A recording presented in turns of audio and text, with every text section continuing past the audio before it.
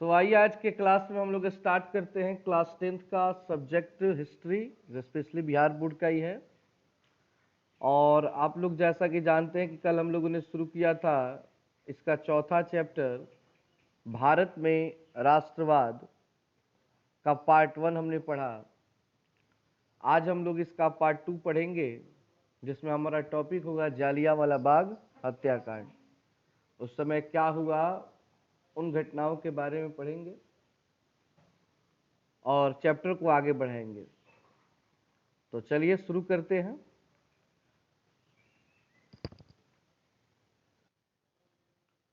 विश्व युद्ध जनित घटनाओं का प्रभाव पंजाब में विशेष रूप से परिलक्षित होने के कारण वहां का जनमानस आंदोलित था। मतलब आप लोग जानते हैं कि प्रथम विश्व युद्ध जो था वो 1914 से लेकर 1918 तक चला था।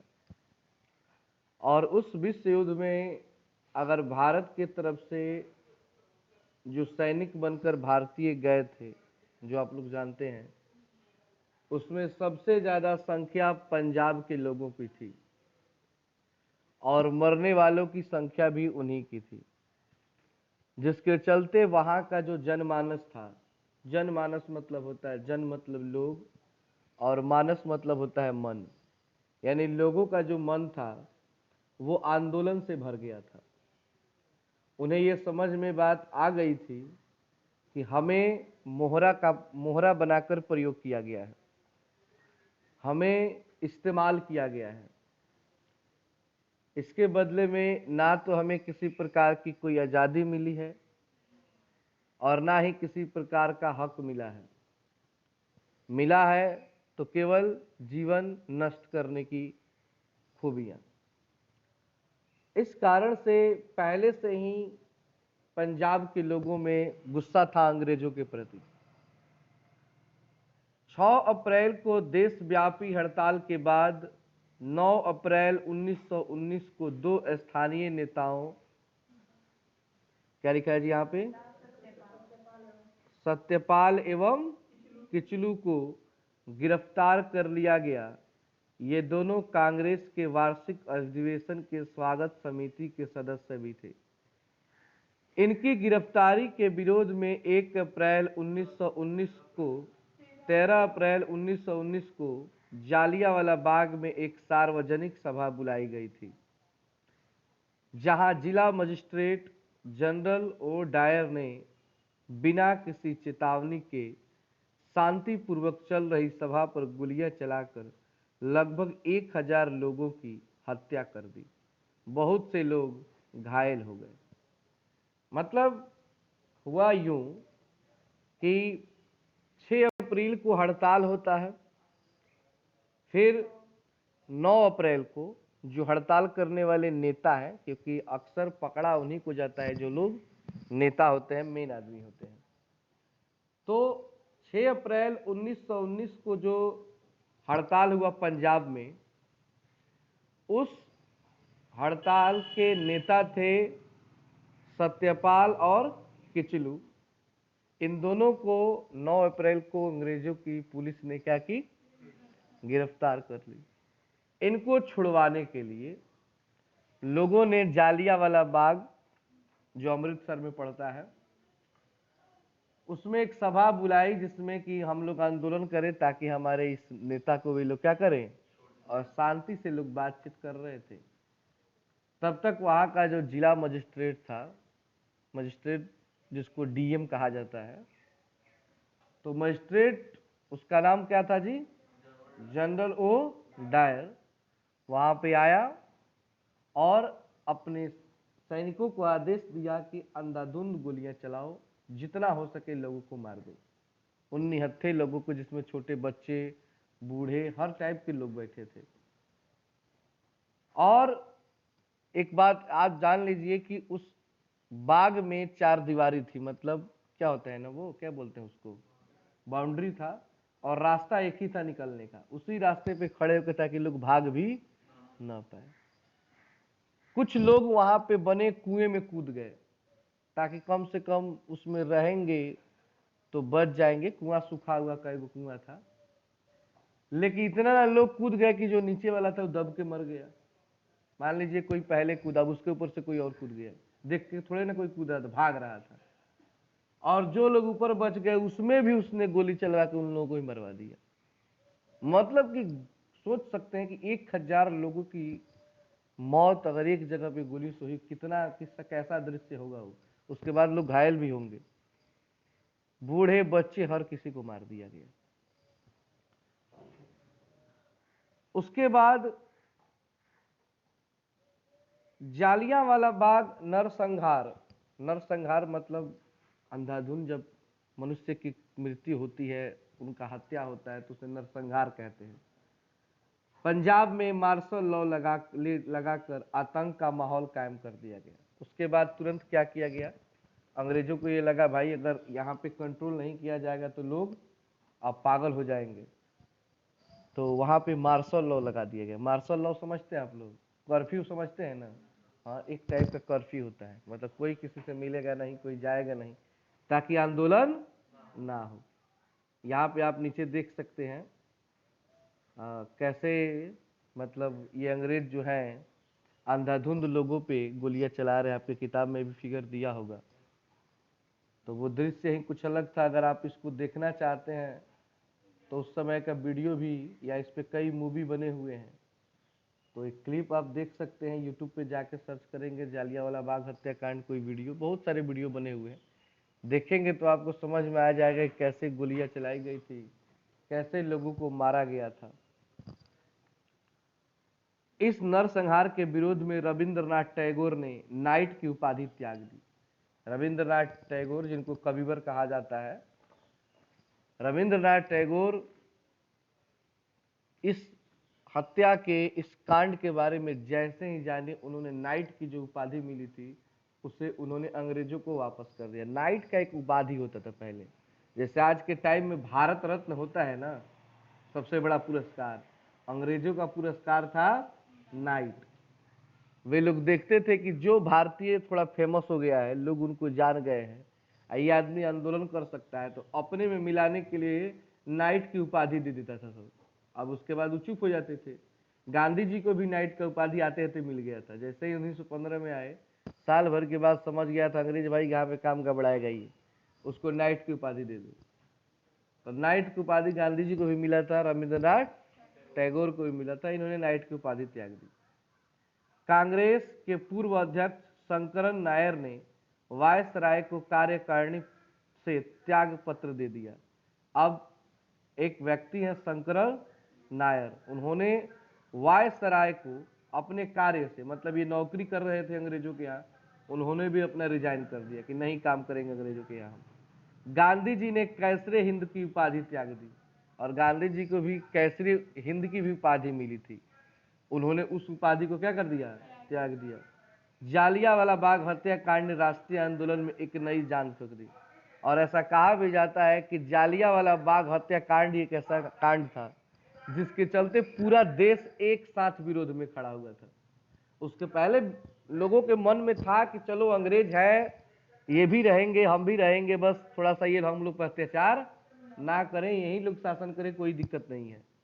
गांधी जी भी मानते थे, लेकिन जालियांवाला बाग हत्याकांड के बाद पूरा देश बौखला गया था, और सबको था कि नहीं, अब इन लोगों को यहाँ से भगाना ही पड़ेगा। पूर्ण रूप से अब आंदोलन, वहीं से तो मतलब असली आंदोलन शुरू हुआ था। तब आता है गांधी जी के द्वारा चलाया गया खिलाफत आंदोलन। अगला टॉपिक क्या है जी, खिलाफत आंदोलन। प्रथम विश्व युद्ध में ब्रिटेन के खिलाफ तुर्की की पराजय के फलस्वरूप ऑटोमन साम्राज्य को विघटित कर दिया गया था। तुर्की के सुल्तान को अपने शेष प्रदेशों में भी अपनी सत्ता के प्रयोग में चित कर दिया गया था। इसे मित्र राष्ट्रों द्वारा नियुक्त एक उच्च आयोग के अधीन कर दिया गया था। चूंकि ऑटोमन साम्राज्य का शासक तुर्की का सुल्तान इस्लामिक संसार का खलीफा हुआ करता था, अतः भारत के मुसलमानों को तुर्की के साथ किया जाने वाला यह दुर्व्यवहार पसंद नहीं था।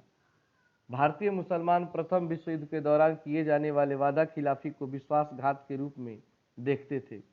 अतः 1920 के प्रारंभ में भारतीय मुसलमानों ने तुर्की के प्रति ब्रिटेन को अपनी नीति बदलने के लिए बाध्य करने हेतु जोरदार आंदोलन प्रारंभ किया, जिसे खिलाफत आंदोलन कहा गया।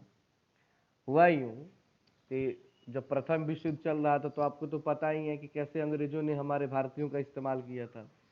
बोले थे कि भाई तुम लोग को आज़ादी दे देंगे, तुम लोग मेरा साथ दो। सभी लोग, हिंदू चाहे मुसलमान, सभी ने साथ दिया और बाद में अपनी बात से क्या हो गए, पलट गए। तो ये तो गुस्सा पहले से था ही।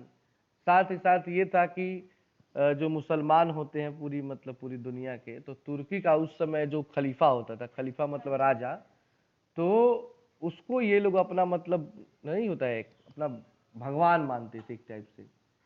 और उसको क्या किए थे, अंग्रेजों ने बंदी बना लिया था, उसके राज्य को, तुर्की को हथिया लिया था।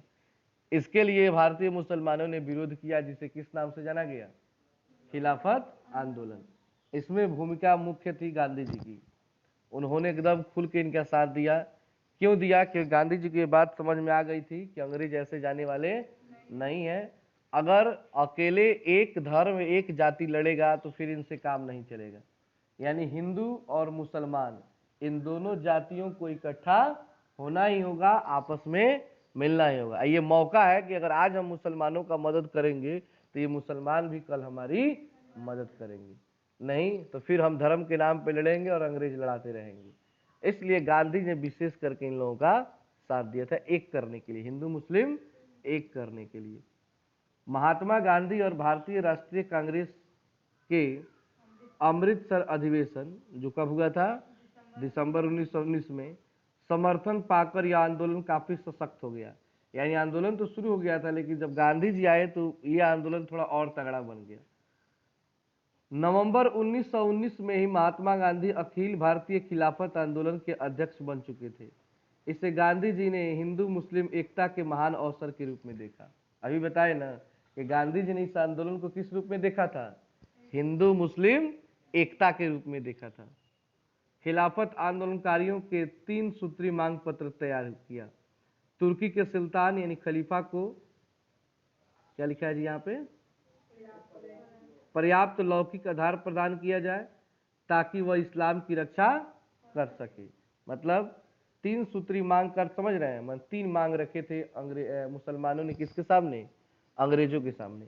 पहला कि पहले तुर्की का जो खलीफा है उसको क्या कर दिया जाए, आजाद कर दिया जाए, और आजाद करने के बाद उसे अधिकार दिया जाए कि वो इस्लाम की क्या कर सके, रक्षा कर सके। दूसरा अधिकार मांगा उन लोगों ने, अरब प्रदेश को मुस्लिम शासन के अधीन किया जाए, यानी कि अरब पर कोई भी अंग्रेज अधिकार नहीं करेगा। तीसरा, खलीफा को मुसलमानों के पवित्र स्थलों का संरक्षक बनाया जाए। 17 अक्टूबर 1919 को पूरे भारत में खिलाफत दिवस मनाया गया। तो इसको याद रखेंगे, खिलाफत दिवस कब मनाया जाता है, 17 अक्टूबर 1919 को खिलाफत दिवस मनाया जाता है। इसी बीच भारतीय राष्ट्रीय कांग्रेस के कलकत्ता अधिवेशन जो हुआ था, कब हुआ था जी, सितंबर 1920 में, गांधी जी को प्रेरणा से अन्यायपूर्ण कार्यों के विरोध में 2 प्रस्ताव पारित कर असहयोग आंदोलन चलाने का निर्णय लिया गया। प्रथम, खिलाफत मुद्दे पर ब्रिटिश सरकार का दृष्टिकोण, एवं द्वितीय, पंजाब में निर्दोष लोगों की हत्या करने वाले बर्बर पदाधिकारियों को यहाँ पे दंडित करने में सरकार को विफलता। इन्हीं 2 मुद्दों पर विशेष रूप से इस अधिवेशन में चर्चा की गई। दिसंबर 1920 ईस्वी के कांग्रेस के नागपुर अधिवेशन में कलकत्ता अधिवेशन के प्रस्ताव की पुष्टि की गई तथा स्वशासन की जगह स्वराज का लक्ष्य प्रस्तावित किया गया। अब 1920 में ये बात हुई कि अब हम स्वशासन नहीं चाहिए। स्वशासन का अर्थ हुआ कि मतलब हमें भी शासन करने का मौका दिया जाए। अब गांधी जी ने कहा कि स्वशासन नहीं किया जाएगा, अब किया जाएगा स्वराज। स्वशासन स्वराज में अंतर है। स्वशासन का अर्थ हुआ कि आप भी शासन करें, हम भी करें, और स्वराज का अर्थ हुआ कि केवल हम करेंगे, आप नहीं करेंगे। यहां से शुरू हुआ था। इस अधिवेशन में रचनात्मक कार्यक्रम तैयार किए गए जिससे कांग्रेस के लक्ष्य प्राप्ति को बल मिला। तो समझ गए होंगे खिलाफत आंदोलन किसने किया था, उसमें गांधी जी ने क्यों सहयोग किया था और उसका परिणाम क्या हुआ, ठीक है ना। अब आता है असहयोग आंदोलन, गांधी जी के द्वारा चलाया गया असहयोग आंदोलन। असहयोग आंदोलन महात्मा गांधी के नेतृत्व में प्रारंभ किया प्रथम जन आंदोलन था। मतलब इनका जो आंदोलन प्रथम फर्स्ट आंदोलन भारत में और पूरे समूह में, मतलब वैसे तो आंदोलन हुए थे, सत्याग्रह आंदोलन, चंपारण आंदोलन, खेड़ा आंदोलन छोटा छोटा स्तर पे हुआ था, लेकिन जो ये आंदोलन हुआ ना असहयोग आंदोलन, ये पूरे देश लेवल पे हुआ था। मतलब पूरे भारत के लोग इसमें साथ दिए थे। इस जन आंदोलन के मुख्यतः 3 कारण थे। पहला कारण था खिलाफत का मुद्दा, अभी ऊपर पढ़े 2 मुद्दे थे। दूसरा था पंजाब में सरकार की बर्बर कार्यवाही के विरुद्ध न्याय प्राप्त करना, और अंततः स्वराज की प्राप्ति करना। मतलब खिलाफत के लिए आंदोलन करना, फिर जालियांवाला बाग हत्याकांड उसका मतलब जवाबदेही लेना, न्याय लेना, और तीसरा था अपने देश को आजाद कराना। जैसा कि आप नीचे एक चित्र देख सकते हैं जिसमें गांधी जी भाषण दे रहे हैं और बहुत सारे लोग इनको सुनने के लिए आए हैं, देख सकते हैं आप लोग। ये उसी टाइम का पिक्चर है, ब्लैक एंड व्हाइट है। आप लोग देख सकते हैं कि मात्र एक धोती लपेट करके ये खड़े हैं। देखने पर बहुत लोग समझते हैं कि शायद ये गरीब थे, ऐसा नहीं है, और शुरू से उन्होंने धोती नहीं पहना था। यही वो टाइम है जब से इन्होंने धोती पहनना शुरू कर दिया था। ये एक बहुत ही धनी परिवार से बिलोंग करते हैं। सोचिए कितने धनी हैं कि वे उस टाइम में वकालत की पढ़ाई लंदन में किए थे। ये कोई छोटी बात नहीं होती है। और ये ज्यादातर कोट पैंट पहनते थे। ज्यादातर क्या पहनते थे? क्योंकि आप लोग पता है वकील लोग ज्यादातर देखते हैं ना कैसा कैसा कपड़ा पहनता है, वो हमेशा कोटे पैंट में ज्यादा रहता है सब। तो गांधी जी भी वैसे ही थे। लेकिन जब वो भारत के लोगों की गरीबी को देखे, उसको महसूस किया कि लोग हैं हमारे देश के जिनके पास तन ढकने के लिए कपड़ा तक नहीं है, तो गांधी जी ने भी अपने सारे सुख को त्याग दिया कि मैं भी सुख तभी करूंगा जब मेरे देशवासियों को सुख मिलेगा। और उन्होंने सारे वस्त्र त्याग कर मात्र एक धोती लपेट कर अपना पूरा जीवन जिया, जबकि उनके पास इतनी ताकत थी कि हजारों लोगों को कोट पहना सकते थे, लेकिन नहीं। तो ये होता है त्याग, इसको कहते हैं त्याग अपने देश के प्रति। और ये भावनाएं सब में नहीं होती है, क्योंकि हर कोई पहले अपने बारे में सोचता है, बाद में कोई है। इस आंदोलन में 2 तरह के कार्यक्रम को अपनाया गया। प्रथम, अंग्रेजी सरकार को कमजोर करने एवं नैतिक रूप में पारित करने के लिए विध्वंसात्मक कार्य, जिसके अंतर्गत उपाधियों एवं अवैतनिक पदों त्याग करना, सरकारी तथा गैर सरकारी समारोहों का बहिष्कार करना, सरकारी स्कूलों एवं कॉलेजों का बहिष्कार करना, विधान परिषद के चुनावों का बहिष्कार, विदेशी वस्तुओं के बहिष्कार के साथ साथ मेसोपोटामिया में नौकरी से इनकार करना शामिल था। यानी सबसे पहले गांधी जी ने कहा कि हमारे देश के जितने भी लोग हैं जो अंग्रेजों के यहाँ काम कर रहे हैं, नौकरी कर रहे हैं, वे लोग नौकरी त्याग दें। विदेशी वस्तुओं का बहिष्कार करें, मतलब अंग्रेजों के द्वारा बनाई गई वस्तुओं का प्रयोग ना करें, उन्हें ना खरीदें। कोई भी स्कूल कॉलेज हो उसमें बच्चे पढ़ने ना जाएं जो अंग्रेजों का है। मतलब कि असहयोग, इनका किसी भी प्रकार का कोई सहयोग नहीं करना है। सहयोग करना ही नहीं है, ना लेना है, जिस पर इसका नाम रखा था असहयोग आंदोलन। ये तो पहला था। दूसरा था रचनात्मक कार्यों के अंतर्गत न्यायालय के स्थान पर पंचों का फैसला मानना।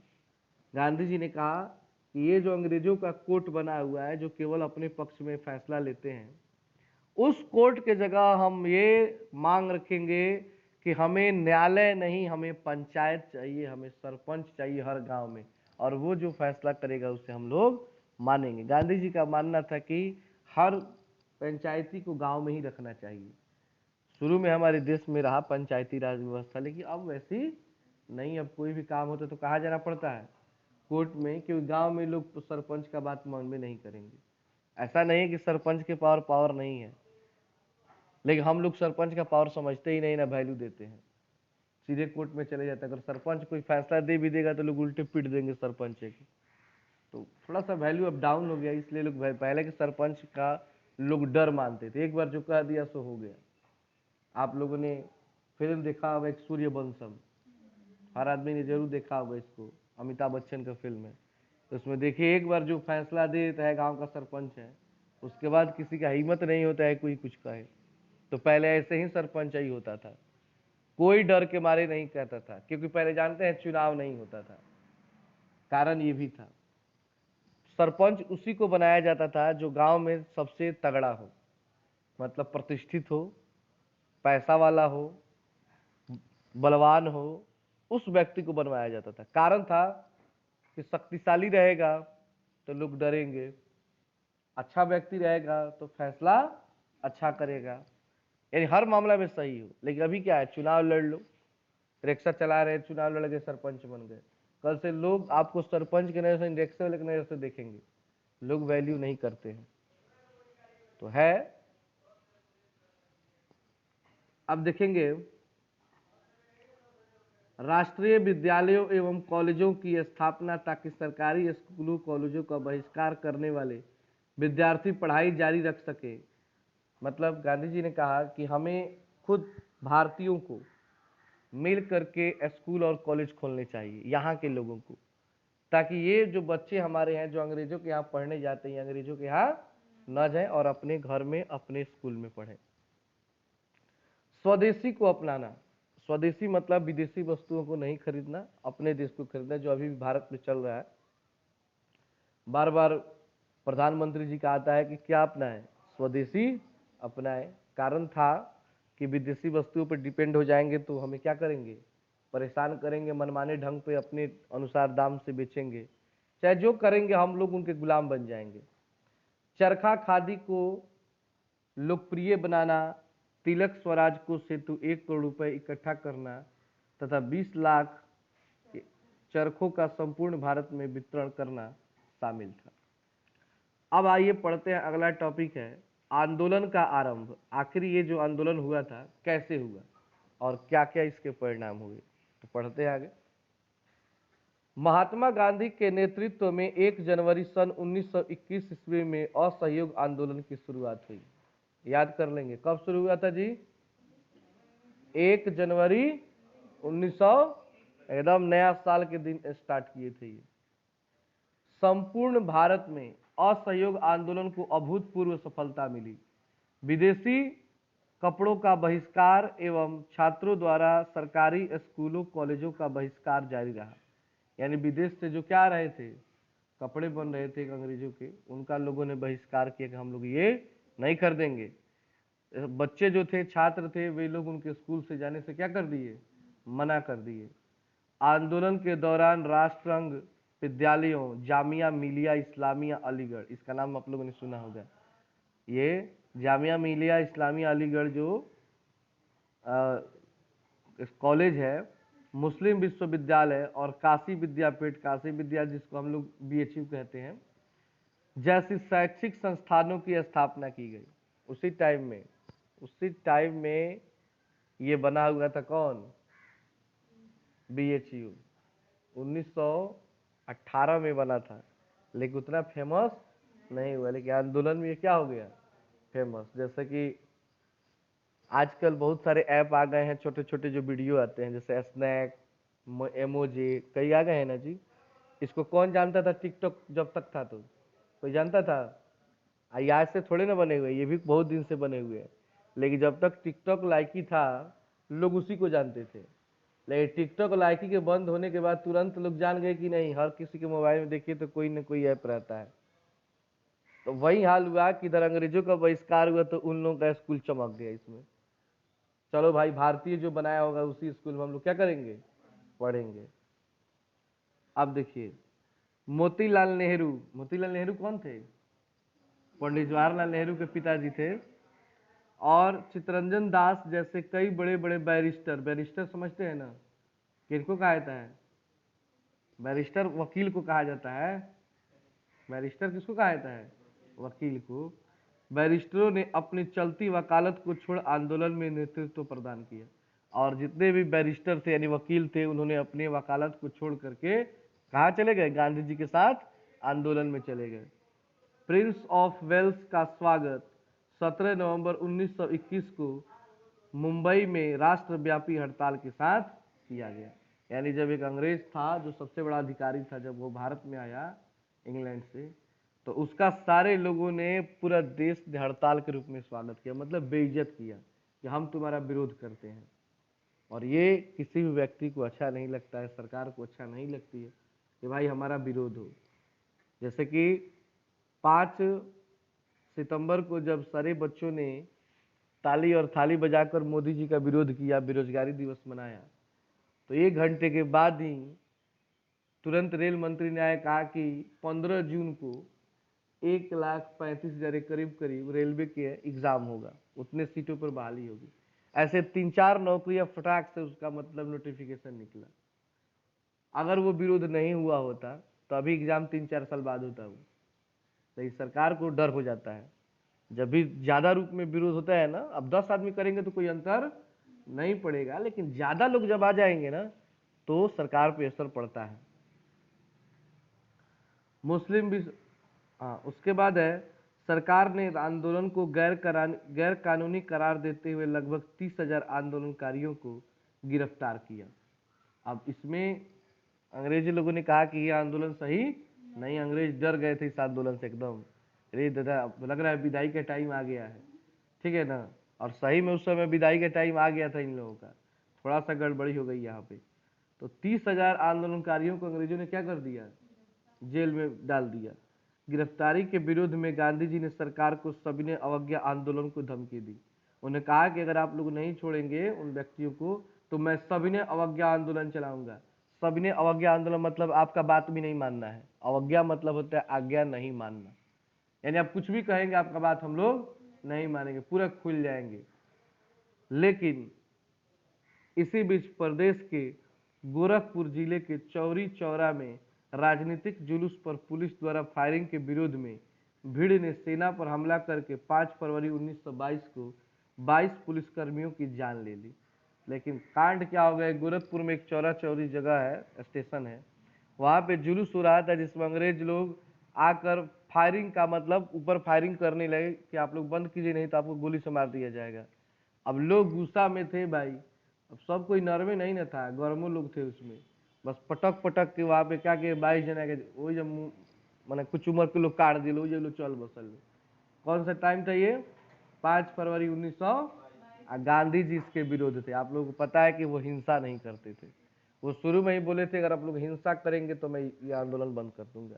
और लोग इस बात को अब नहीं मान पाए, और यही वजह हुआ कि देश हमारा आजाद होते होते रह गया। गांधी जी समझ गए कि जनता अभी व्यापक सविनय अवज्ञा आंदोलन के लिए तैयार नहीं है। गांधी जी समझ गए कि अभी लोग उतना तेज, हम का कहते हैं लोग समझत नहीं क्या हमारा बात के, ये लोग डायरेक्ट खाली ले लेता कि आंदोलन है, आंदोलन के करे के तरीका ये लोग गबड़ा दी। अब ना हुई आंदोलन।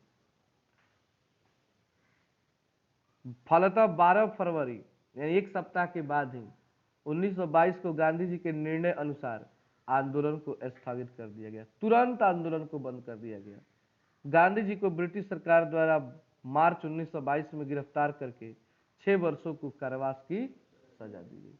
अब भाई जो आंदोलन करता है, मेन नेता जो होता है, उसी को कारावास दिया जाता है, क्योंकि लोग तो बहुत सारे हैं, अब सबको कारावास में थोड़े ना डाला जाएगा। तो मेन नेता थे गांधी जी, तो उनको 6 वर्षों के लिए क्या हो गई? सजा हो गई मार्च में। तो यहां से वो 6 वर्षों के लिए यानी कि 1922 में गए तो समझ जाइए कि अब 6 वर्ष रहेंगे तो 1928 में वापस लौटेंगे। नहीं तो हमारा देश उसी टाइम आजाद होने वाला था। जब ये बंद हुआ ना आंदोलन, जानते हैं मतलब इतना लोगों को दुख लगा था, गांधी से बहुत लोग गुस्सा भी हो गए थे, और यहीं से दल बना था नरम दल गरम दल। इस समय तक चंद्रशेखर आजाद भगत सिंह गांधी जी के पूरे भक्त थे। जो लोग गरम दल वाले थे, ये लोग भक्त एकदम गांधी जी को खूब मानते थे। लेकिन जब ये गांधी जी ने आंदोलन बंद किया तो उनका अपना सोच था, लोग गुस्सा आ गए, तो उनको ऐसा नहीं करना चाहिए। इतना हम लोग मेहनत किए, 2 साल से आंदोलन चल रहा था, आदमी दिन रात एक कर दिया था, और आज़ादी मिलने वाली थी, अंग्रेज परेशान हो चुके थे आंदोलन से, यहाँ से जाने वाले थे, और गांधी जी ने बंद कर दिया। लेकिन वे लोग गांधी जी को सिद्धांत से अलग नहीं थे, गांधी जी अपने सिद्धांत पे चलते थे। भाई कुछ भी हो, कितना भी नाफा नुकसान हो, अगर आप लोग सत्य और अहिंसा के मार्ग पे नहीं चलेंगे तो हम छोड़ देंगे। उसके साथ वो कभी समझौता नहीं किया अपने जीवन में। और यहीं से वे लोग जो गरम दल वाले थे, राम प्रसाद बिस्मिल जैसे लोग, वे लोग अपना पार्टी बनाए और वे लोग गोलियों से अंग्रेज को खाली मारते थे। मतलब एक टाइप से खतरनाक क्रांतिकारी बन गए। यहीं से शुरू हुआ था। और गांधी जी का रास्ता तो वही था, सत्य और अहिंसा। जेल चले गए बिना कोई बात किए। असहयोग आंदोलन के अचानक स्थगित करने, स्थगित मतलब होता है बंद करने, और गांधी जी की गिरफ्तारी के फलस्वरूप खिलाफत के मुद्दे का भी अंत हो गया। हिंदू मुस्लिम एकता भी भंग हो गई। अब हिंदू मुसलमान में फिर झगड़ा हो गया, तथा संपूर्ण भारत में सांप्रदायिकता का बोलबाला हो गया। सांप्रदायिकता आप लोग समझते हैं? सांप्रदायिकता का अर्थ होता है ना, धर्म के आधार पर जो लड़ाई होता है ना, उसको सांप्रदायिक कहते हैं। जैसे हिंदू मुस्लिम, ये सांप्रदायिकता है। अगर इन लोगों के बीच में कभी लड़ाई हो गया तो वहां पे कहा जाता है सांप्रदायिक दंगे। सांप्रदायिक दंगे यानी कि धर्म के नाम पर दंगे। न ही स्वराज की प्राप्ति हुई और न ही पंजाब के अन्यायों का निवारण हुआ। लेकिन इन सफलता के बावजूद इस आंदोलन ने महान उपलब्धि हासिल की। कांग्रेस एवं गांधी में संपूर्ण भारतीय जनता का विश्वास जागृत हुआ। समूचा देश पहली बार एक साथ आंदोलित हो उठा। पूरे देश को एक सूत्र में पिरोने वाली भाषा के रूप में हिंदी को मान्यता मिली, तथा चरखा एवं करघा को भी बढ़ावा मिला। लेकिन भले ही आंदोलन विफल हो गया, लेकिन बहुत सारे फायदे हुए कि गांधी जी को ये तो लगा कि भाई अब पूरा देश चाहता है कि अंग्रेज यहाँ से क्या हो जाए, चले जाएं। ये बहुत अच्छा चीज है, क्योंकि पूरा देश इसमें था। लोग अपने अपने सामान बनाने लगे, चरखा करघा का ज्यादा से ज्यादा प्रयोग करने लगे। कुछ स्कूल कॉलेज खुले जो अपने देश के लोग थे। तो ये सारा चीज तो हो गया इस आंदोलन के चलते, लेकिन वहां पे भी हमें सफलता नहीं मिली। अब आता है सविनय अवज्ञा आंदोलन। गांधी जी जब बाहर निकलते हैं 1928 में, 6 वर्ष की सजा जैसा कि आप लोग जानते हैं, तो निकलने के बाद साल भर पूरा अपना पार्टी फिर से तैयार करते हैं। और 1930 में फिर से कौन सा आंदोलन? सविनय। मतलब समझ जाइए कि देश आजाद नहीं हुआ तब तक इनका आंदोलन चलता रहा। कोई ना कोई आंदोलन लाते ही रहते थे। जेल जाते थे, आंदोलन करते थे, जेल जाते थे, निकलते थे, फिर आंदोलन। ठीक है ना, हार नहीं मानते थे। अब देखिए, ब्रिटिश औपनिवेशिक सत्ता के खिलाफ गांधी जी के नेतृत्व में 1930 ईस्वी में छेड़ा गया सविनय अवज्ञा आंदोलन दूसरा ऐसा जन आंदोलन था। एक बार पहले हम लोग पढ़े थे पहला जन आंदोलन, तो कहेंगे असहयोग, और दूसरा जन आंदोलन सविनय अवज्ञा आंदोलन, जिसका सामाजिक आधार काफी विस्तृत था। असहयोग आंदोलन की समाप्ति के पश्चात भारतीय राष्ट्रीय आंदोलन में एक शून्यता की स्थिति पैदा हो गई थी। यानी कि जब असहयोग आंदोलन हुआ, उसके बाद जब ये बंद हो गया, तो लगभग सारे लोगों का अंदर का जो जोश था वो क्या हो चुका था? ठंडा हो चुका था। भाई अब 8 साल के बाद फिर से उन लोगों के अंदर वही जोश लाना थोड़ा मुश्किल था। परंतु इसी बीच कुछ ऐसे घटनाक्रम की पुनरावृत्ति हुई जिसने मृत प्राय राष्ट्रवाद को एक नया जीवन प्रदान किया। सविनय अवज्ञा आंदोलन के कारणों को निम्नलिखित शीर्षकों के अंतर्गत समझा जा सकता है।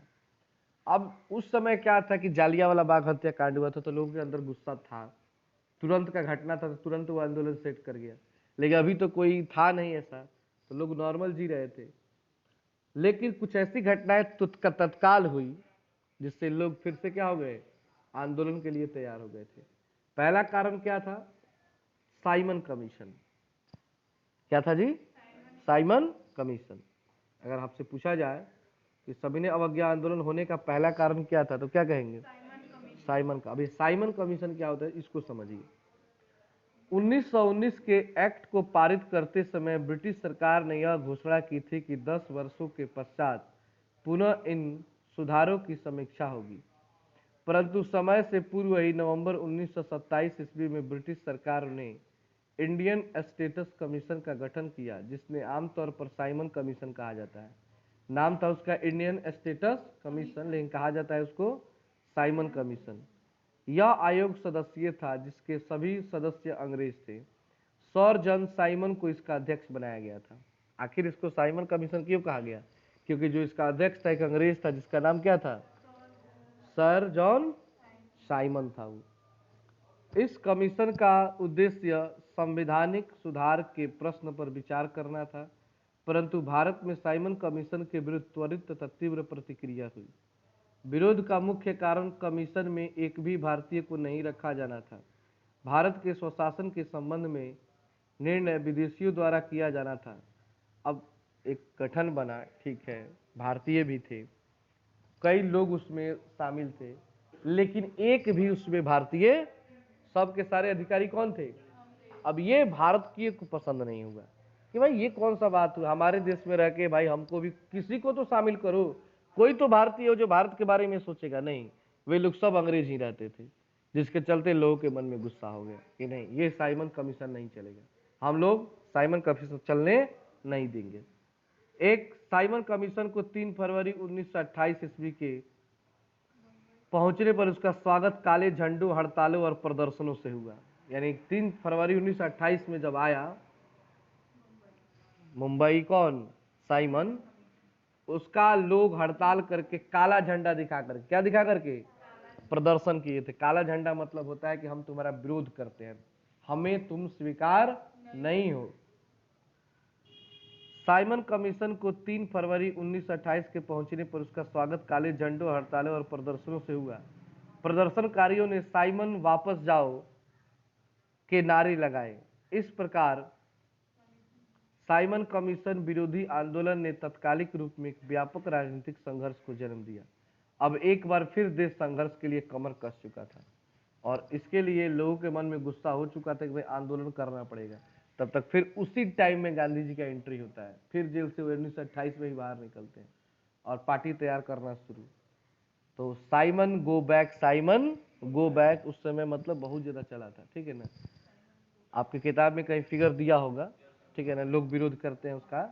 यहाँ पे मैंने एक पिक्चर वो लगाया है, साइमन गो बैक, यानी साइमन कमीशन वापस जाओ। सारे भारतीयों ने विरोध किया था इसका। दूसरा था नेहरू रिपोर्ट। दूसरा कारण क्या था जी? नेहरू रिपोर्ट। अब ये क्या है तो इसको समझिए। साइमन कमीशन के बहिष्कार के समय तत्कालीन भारत सचिव लास्ट बर्कहेड ने भारतीयों को एक ऐसे संविधान निर्माण की चुनौती दी जो सभी दलों एवं गुटों को मान्य हो।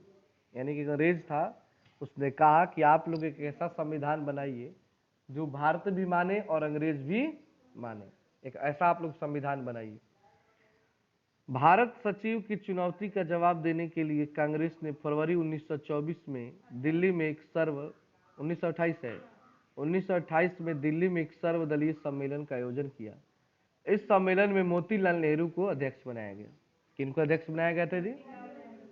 इस समिति ने ब्रिटिश सरकार से डोमिनियन स्टेट की दर्जा देने की मांग की, जिससे कांग्रेस का एक वर्ग असहमत था। यद्यपि नेहरू रिपोर्ट स्वीकृत नहीं हो सका, लेकिन इसने अनेक महत्वपूर्ण निर्णय को जन्म दिया। सांप्रदायिकता की भावना जो अंदर ही थी अब उभरकर सामने आ गई। मुस्लिम लीग और हिंदू महासभा दोनों ने इसे फैलाने में सहयोग, अतः गांधी जी ने इससे निपटने के लिए सविनय अवज्ञा का कार्यक्रम प्रस्तुत किया। मतलब कि मोतीलाल नेहरू जी ने अपना कुछ प्रस्ताव अंग्रेजों के सामने रखा कि कम से कम हमें ये अधिकार दे दिए जाए, लेकिन होता है ना कि सारे चीजों से सारे लोग सहमत नहीं होते हैं, तो कई लोग उसका क्या करने लगे? विरोध करने लगे कि नहीं, ऐसा नहीं हो सकता है। बाद में गांधी समझे भाई इनको एक करने के लिए कोई ना कोई आंदोलन करना ही होगा। तीसरा है विश्वव्यापी आर्थिक मंदी का प्रभाव। आर्थिक मंदी आप लोग समझते हैं, मतलब चारों तरफ महंगाई का बढ़ जाना और वस्तुओं की कमी हो जाना, लोग भूखे जब मरने लगे, उसको आर्थिक मंदी कहते हैं। और एक बार 1929-30 में विश्व आर्थिक मंदी आई थी, केवल भारत में ही नहीं पूरी दुनिया में आई थी। सारा देश उस समय बेचैन था, जैसे कि आज कोरोना से सारा देश दुनिया बेचैन है, उसी तरह एक आर्थिक मंदी आई थी, कुछ समय के लिए, ज्यादा देर के लिए नहीं आई थी। 1929-30 को विश्वव्यापी आर्थिक मंदी का प्रभाव भारत की अर्थव्यवस्था पर बहुत बुरा पड़ा। मूल्यों में बेतहाशा वृद्धि हुई।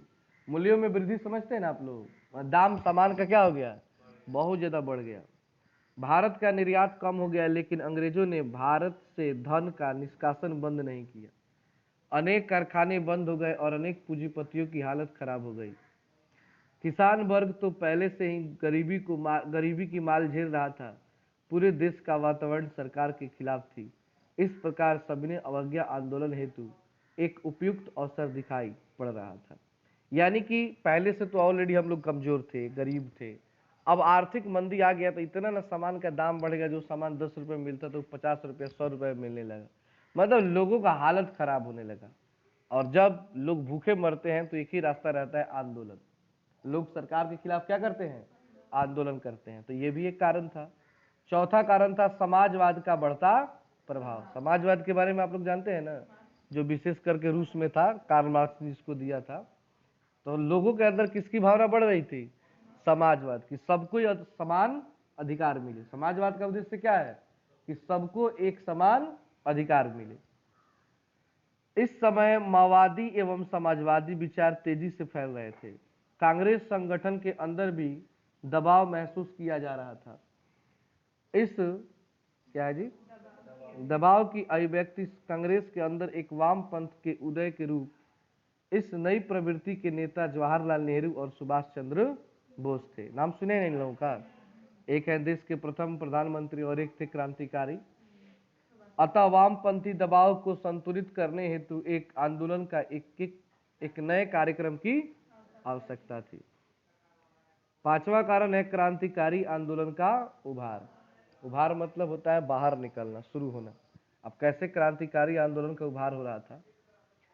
इस समय भारत की स्थिति विस्फोटक थी। भारत की स्थिति विस्फोटक का समय ना, सबके अंदर आग भरा हुआ था, सबके अंदर गुस्सा था अंग्रेजों को लेकर के। मेरठ षड्यंत्र केस और लाहौर षड्यंत्र केस से सरकार विरोधी विचारधारा को उग्र बना था। बंगाल में भी क्रांतिकारी राष्ट्रवाद की गतिविधियां एक बार फिर उभरी। अप्रैल 1970 में चटगांव में सरकारी शस्त्रागार पर क्रांतिकारियों ने योजनाबद्ध ढंग से एक छापा मारा, जिसका नेतृत्व सूर्य सेन कर रहे थे। इसका उपनाम मास्टर दा था। यानी सूर्य सेन नाम के व्यक्ति के नेतृत्व में क्रांतिकारियों ने 1970 में अप्रैल महीने में 1930 सॉरी हाँ 1930 होगा, 1970 में देश आजाद हो चुका था। 1930 में एक गांव है चटगांव, वहां पे सरकार का जो हथियार था, अंग्रेजों का जो हथियार रखा था, उस पर अटैक करके ये सारे क्रांतिकारी हथियार क्या किए, लूट लिए थे। भाई इनके पास पैसा थोड़े ना हथियार खरीदेंगे, अब अंग्रेजों का ही हथियार लूट कर उनको मारते थे। अब आता है अगला, पूर्ण स्वराज्य की मांग। दिसंबर 1920 ईस्वी में कांग्रेस का वार्षिक अधिवेशन लाहौर में, कितना है जी, 29 है यार, कहीं कहीं मिस्टेक हो गया है टाइपिंग में। और वार्षिक अधिवेशन लाहौर में जवाहरलाल नेहरू को अध्यक्षता में हुआ। 31 दिसंबर 1929 को मध्य रात्रि की रावी नदी के तट पर नेहरू ने तिरंगा झंडा फहराया था। मतलब समझ जाइए कि तिरंगा झंडा तो फहराया गया 15 अगस्त 1947 को, लेकिन वहां पे लोग अपना आजादी मना लिए थे कब, 31 दिसंबर 1929 को मध्य रात्रि, रात में लुका के, मतलब ताकि अंग्रेज न जाने, झंडा फहराया गया था। स्वतंत्रता की घोषणा का प्रस्ताव पड़ा। 26 जनवरी 1930 को पूर्ण स्वतंत्रता दिवस मनाने की घोषणा की गई। और 26 जनवरी 1930 को ये लोग, जिस तरह हमारा संविधान बना था ना, यही कारण था संविधान बन चुका था। जो संविधान 1950 में बना 49 में ही बन चुका था, लेकिन लागू कब किया गया, 26 जनवरी 1900। कारण था ये 26 जनवरी को लोग जो पूर्ण स्वतंत्रता दिवस मनाए थे, उसके याद में ये सारा काम किया गया था। इस प्रकार पूरे देश में उत्साह की एक नई लहर जागृत हुई। 7 नंबर और अंतिम कारण है गांधी का समझौतावादी रुख। आंदोलन प्रारंभ करने से पूर्व गांधी ने वायसराय इरविन के पास अपनी 11 सूत्रीय मांग को रखी और सरकार द्वारा इसे पूरा किए जाने की स्थिति में प्रस्तावित आंदोलन को स्थगित करने की बात कही। गांधी जी ने कहा कि हम आंदोलन नहीं करेंगे, लेकिन मेरे 11 शर्त हैं। कितने शर्त हैं? और उसका नाम था इरविन। उस समय वहां का जो गवर्नर था, उसका नाम क्या था, इरविन। उनके सामने 11 सूत्री मांग रखा था। परंतु इरविन ने मांग को मानना तो अलग, गांधी से मिलने से भी क्या कर दिया, गांधी जी मिलने गए ना तो 11 सूत्री लेकर अपना मतलब 11 को मांग करके गए थे लिख करके, लेकिन वो मांग मानना तो उनका मतलब दूर का बात था, गांधी से मिला तक नहीं, भगा दिया, भाग भाग कब जाओ उसको भेजो वहां से, हटाओ। उसको लगा क्या कर लेगा ज्यादा है ज्यादा। इस बीच सरकार का दमन चक्र भी तेजी से चल रहा था, अतः बाध्य होकर गांधी ने अपना आंदोलन दांडी मार्च से आरंभ करने का निश्चय किया। यानी कि सविनय अवज्ञा आंदोलन किससे शुरू हुआ था, दांडी मार्च। मार्च समझते हैं, यात्रा होता है, मार्च मतलब होता है जब बहुत सारे लोग एक साथ निकलते हैं घूम मतलब किसी उद्देश्य से, तो उसको क्या बोलते हैं, मार्च करना। क्या बोलते हैं, मार्च करना। अब आइए दांडी यात्रा पढ़ते हैं, कब से कब तक हुआ था ये, 12 मार्च से 6 अप्रैल 1930, यानी कि करीब करीब 18, 19 और 6 यानी 24-25 दिन तक, 24 दिन तक समझिए ये यात्रा चली थी। मतलब पैदल 24 दिन तक गांधी जी लगातार चले थे, ठीक है ना। गांधी जी ने सविनय अवज्ञा आंदोलन की शुरुआत दांडी यात्रा से की, इस लाइन को याद रखेंगे, किस यात्रा से की थी जी, दांडी यात्रा से। 12 मार्च 1930 ईस्वी को साबरमती आश्रम से अपने 78 अनुयायियों के साथ दांडी समुद्र तट तक गांधी ने ऐतिहासिक यात्रा शुरू की। मतलब ये जो साबरमती आश्रम अपना अहमदाबाद में बनाए थे, वहां से 78 अनुयायी जो उनके मतलब भक्त थे, 78 आदमी, उनके साथ ये यात्रा पर निकले। किस नदी तक जाने के लिए, एक नदी का नाम है दांडी, ठीक है ना। तो दांडी नदी तक हम लोग जाएंगे पैदल, और वहां पर जाकर सबसे पहला विरोध होगा। अंग्रेजों ने कहा है कि भारतीय नमक नहीं बना सकते हैं, हम लोग नमक बनाएंगे। इसी का नाम अवज्ञा था, आज्ञा का पालन नहीं करेंगे, वो लोग जौन कहेंगे उसका उल्टा करेंगे अब, ठीक है ना। तो अवज्ञा करेंगे, नमक भारतीय नहीं बना सकते थे, लेकिन हम लोग चलेंगे दांडी समुद्र किनारे और वहां पे नमक बनाएंगे। देखते हैं ये लोग क्या कर लेते हैं। 24 दिनों में 250 किलोमीटर की पद यात्रा के पश्चात, यानी 24 दिन में कितना किलोमीटर चले थे, 250 किलोमीटर पद यात्रा मतलब पैदल यात्रा के पश्चात 5 अप्रैल को वे दांडी पहुंचे और 6 अप्रैल को समुद्र के पानी से नमक बनाकर कानून का उल्लंघन किया। आंदोलन का कार्यक्रम इस प्रकार था, आप लोग एक बार YouTube पे सर्च कीजिएगा दांडी यात्रा, वो वीडियो उस समय का भी वीडियो है, एकदम ब्लैक एंड व्हाइट में आएगा। अब कुछ मूवी भी बने हुए हैं, अब उस समय का सीन है कि मूवी बना हुआ है, अजीब लगता है उसी टाइम का है, मूवी भी हो सकता है। कैसे गांधी जी मतलब छोटे से मतलब कम 78 आदमी और एक गांधी जी निकले, हजारों लाखों की संख्या उनके पीछे, जो भी देखता था ना, अरे गांधी जी निकले हुए यात्रा, चलो लोग पैदल चल देते थे। इतना दूर लोग चले गए साथ ही साथ, इतना गांधी जी फेमस थे। पहला था हर जगह नमक कानून का उल्लंघन किया जाना। गांधी जी बोले कि जहां भी जगह मिले नमक बनने वाला हो, नमक का उल्लंघन करो, जितना उल्लंघन हो, बस हिंसा नहीं करना है, मारना पीटना नहीं है, ये तो कभी नहीं कहते हैं, हाँ विरोध करेंगे तुम्हारा। दूसरा था छात्रों स्कूल एवं कॉलेजों का बहिष्कार करना। विदेशी कपड़ों का जलाया जाना, यानी कि जो विदेशी कपड़े हैं उन्हें क्या करो, अंग्रेजों को दिखा दिखा कर जलाओ। चौथा है सरकार को कोई कर नहीं अदा किया जाना चाहिए। कर समझते हैं ना, टैक्स, कोई टैक्स नहीं देगा इन लोगों को। औरतों को शराब की दुकानों के आगे धरना देना चाहिए। 6 नंबर वकील अदालत छोड़ें और सरकारी कर्मचारी पदत्याग करें। 7 नंबर हर घर में लोग चरखा काटें और सूत बनाएं। ये सारा मतलब इनका था। 8 नंबर था इन सभी कार्यक्रमों में सत्य और अहिंसा को सर्वोपरि रखा जाए, तभी हम पूर्ण स्वराज्य की प्राप्ति कर सकते हैं। नीचे आप लोग चित्र देख सकते हैं कैसे दांडी यात्रा के लिए गांधी जी निकले हैं अपने अनुयायियों के साथ, और दांडी यात्रा ये सफल भी हुई। लेकिन गांधी जी अंत में एक बात कहते हैं कि सबसे पहले सत्य और अहिंसा को ध्यान में रखना है, ये बात तो कभी छोड़ते नहीं थे, चाहे सब करो, हिंसा मत करना कभी। अगला टॉपिक है नमक सत्याग्रह का प्रचार। तो आज के लिए हमारा ये अंतिम टॉपिक है, नमक सत्याग्रह का प्रचार। एक बार जब गांधी जी ने दांडी में नमक कानून तोड़कर इसकी रस्म कर दी तो नमक कानून तोड़ने का सत्याग्रह पूरे देश में प्रारंभ हो गया। गांधी जी ने शुरू कर दिया नमक तोड़ना, पूरा देश में जहां जहां लोग थे लोग नमक बनाना शुरू कर दिए और अंग्रेजों का भरपूर विरोध हुआ। पहला, तमिलनाडु में तंजौर के समुद्री तट पर सी तिरुचिरापल्ली से वेदांत तक की नमक यात्रा की।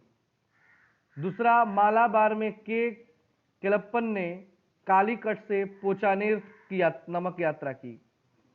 तीसरा, पेशावर में खान अब्दुल गफार खान के सामाजिक एवं राजनीतिक सुधारों ने पठानों में राजनीतिक चेतना का प्रसार किया। इन बादशाह खान या सीमांत गांधी से भी नाम जाना जाता है। मतलब कि एक क्वेश्चन याद रखेंगे कि सीमांत गांधी किनको कहा जाता है, तो खान अब्दुल गफार खान को, या बादशाह खान भी उनको कहा जाता है। उन्होंने खुदाई खिदमतकार नामक स्वयंसेवी संगठन की स्थापना की।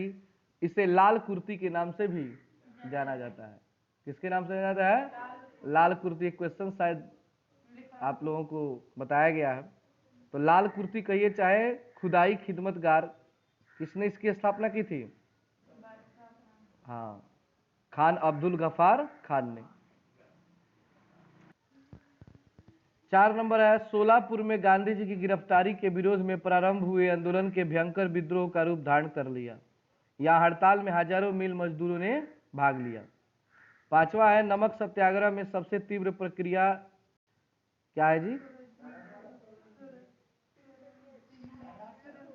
धरासरा हुई।